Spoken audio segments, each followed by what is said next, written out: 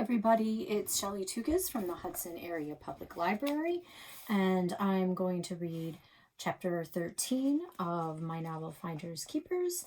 It's been a few days since I posted, so just as a reminder of where we were in the last chapter, Alex and Krista had a fight of sorts, and Krista lured Alex and his new buddy Quincy up into a tree and left them stuck there.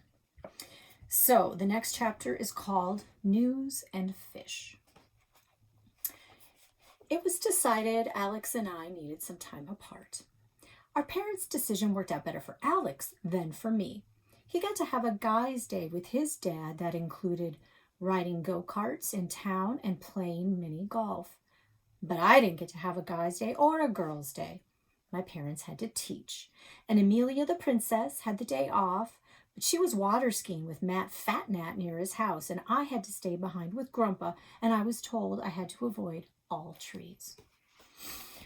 I sat on the sofa with my arms crossed and watched Grandpa.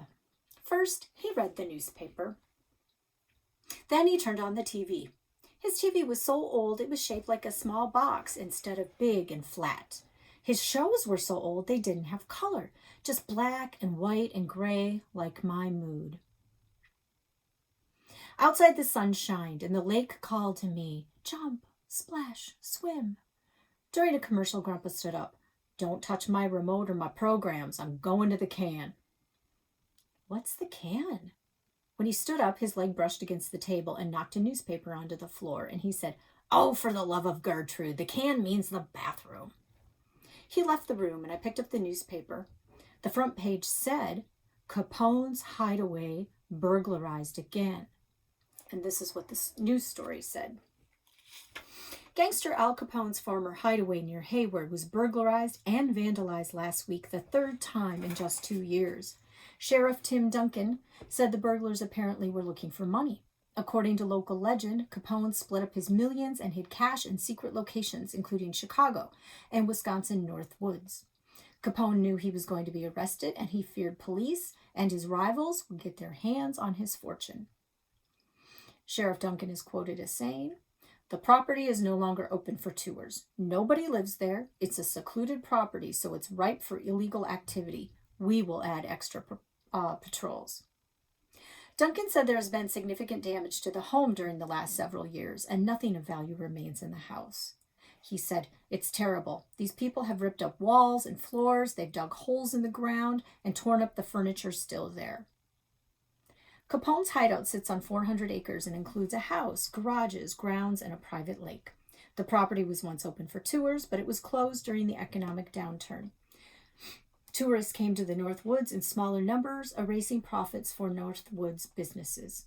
A recent proposal to reopen the property fell through because financing couldn't be secured. Duncan said, "It's the same old problem out there. Crazy people looking for treasure. It's highly unlikely Capone hid money in this house, and if he did, it was found long ago." There was a handwritten note on this newspaper article, signed by Mr. Walt Miller, and it said, "Ed, here's the article I told you about. What's going on out there? I guess Duncan's on the case. Ha!" Mr. Walt Miller. That old fart was nosy.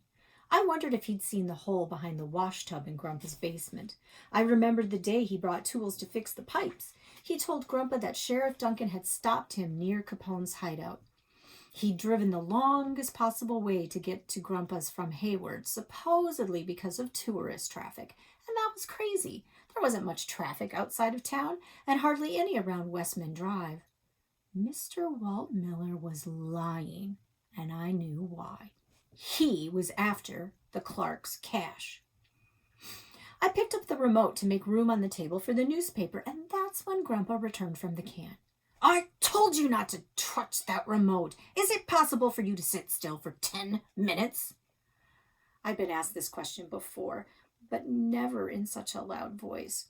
His voice was so loud my eyes were starting to sweat. "Oh, for the love of Gertrude, don't cry." I pressed my lips together so no sounds would come out. I plopped on the sofa and folded my arms. "For the love of Gertrude." Grandpa shifted around in his recliner and turned up the volume. The commercial stopped and his stupid show started again. Stupid show, stupid grumpy grandpa. I had to use my t-shirt to soak up my eye sweats. Grandpa sighed all big and pressed buttons to turn down the sound on the TV. Oh, Minnow, I suppose you want me to entertain you. I shrugged. I've been meaning to, hang on, I want to adjust this. I'm so sorry, but it's bugging me. There we go. Grandpa said, I've been meaning to wash my truck. I could watch you do it. Oh, I'd have to make sure you don't drown yourself with the hose. No, thanks. He turned the TV off and put his footrest down. Well, I got some fish on ice that need to be scaled and cleaned. We could do that. Can I use the knife? Oh, that's all I need. You cutting off your leg, or worse, cutting off my leg. If he wouldn't let me use a knife, there was no point in asking if he'd teach me taxidermy. He said, I could show you how to make pizza dough. It's soft and squishy, so you could squish it around for a little bit. Then can I have a job at the restaurant? No. I don't want to squish dough. Grandpa said, fine. Tell me what you want to do. A few minutes later, we were zipping across Whitefish Lake in Grandpa's speedboat, and I was steering. Grandpa kept his hand on his hat so it wouldn't blow away. The wind dried the sweat on my face, and the lake water sprayed the sides of the boat. I let my right hand dangle in the mist while I steered with my left. I shrieked and turned the wheel right and then left so the boat cut through the water in the path of a corkscrew. Enough! Grandpa yelled over the rumbling motor. He reached over and pulled the lever. The boat went from a zip to a chug. You can head to the code on the east side, and the one, that's past the sandbar. And that's enough speeding for one day. My ticker, it doesn't like it. I knew the place because I'd seen Grandpa fishing there every summer. I steered slowly to the cove. Grandpa dropped the anchor into the water with a plunk. You can use that pole, but I'm not hooking your bait. You're going to have to learn to touch worms. I'm not afraid of worms or hooking them. I'm not afraid of anything except sharks and maybe snakes, just a little. Grandpa handed me the container of worms, and I pulled the fattest one I could find and rolled it in my hand just to show him how unafraid I was. Then I stretched it over the hook.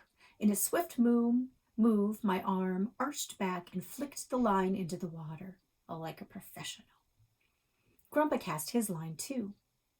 I wanted to show him I was a real fisher person, but it was hard to be quiet and still as the lake. I couldn't sit on my hands because I had to hold a pole. My teacher told me to count to 50 before I say or do things. She said counting was a strategy to make me think first, but actually her strategy just made me a very fast counter. Before I got to 50, Grandpa reeled in his line. I hadn't even noticed his bobber dart under the water.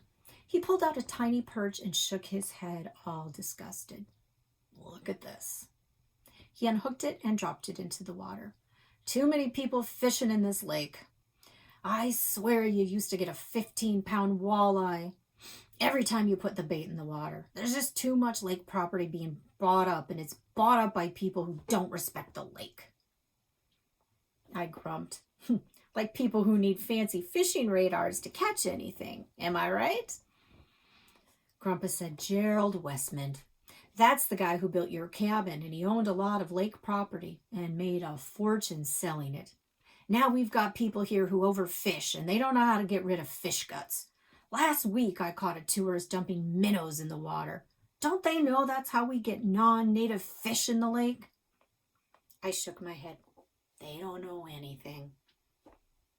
After I counted to 50 again, I asked, is that why you don't want us to sell our cabin? Because we respect the lake and the new people probably won't? Who said I didn't want you to sell it? Well, Alex said you'd rather have us next to you even though you think I'm a pain. Grandpa shook his head. That kid. Words go in one ear and straight out his mouth. I reeled in my line to make sure a fish hadn't nibbled my worm. I hadn't felt a single tug. The worm, now grayed and bloated, still clung to the hook, so I cast the line again. Grandpa, Did you help with Al Capone's hideout? Oh, how old do you think I am? Well, I saw that newspaper article from Mr. Walt Miller in the living room. Do you think he's after Capone's stash?